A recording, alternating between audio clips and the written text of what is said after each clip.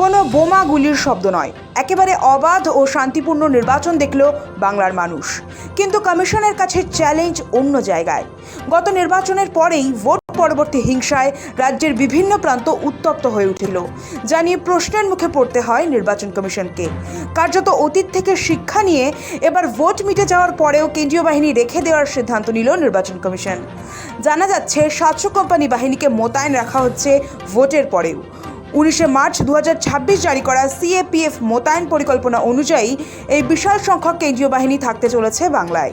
এই বাহিনী পরবর্তী নির্দেশ না দেওয়া পর্যন্ত নিরাপত্তা ব্যবস্থা ও আইন শৃঙ্খলা রক্ষার কাজটা করবে বলে জানা গিয়েছে।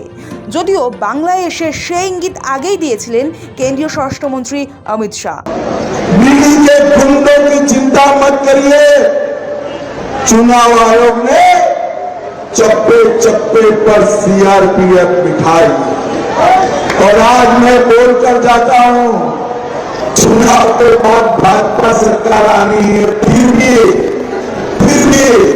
7 दिन तक सीआरपीएफ यही रहने वाली है।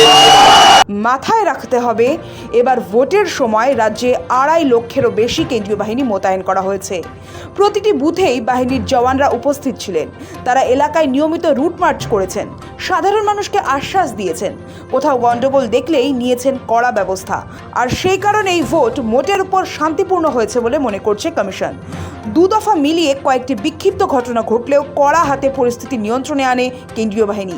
শুধু তাই নয়, রাজ্য পুলিশকেও কার্যত দাবাংয়ের ভূমিকায় দেখা গিয়েছে। আর ভোট পর্ব যেমন ভালো কেটেছে, ঠিক তেমনই নির্বাচন পরবর্তী সময়ও শান্তি বজায় রাখতে চাইছে কমিশন।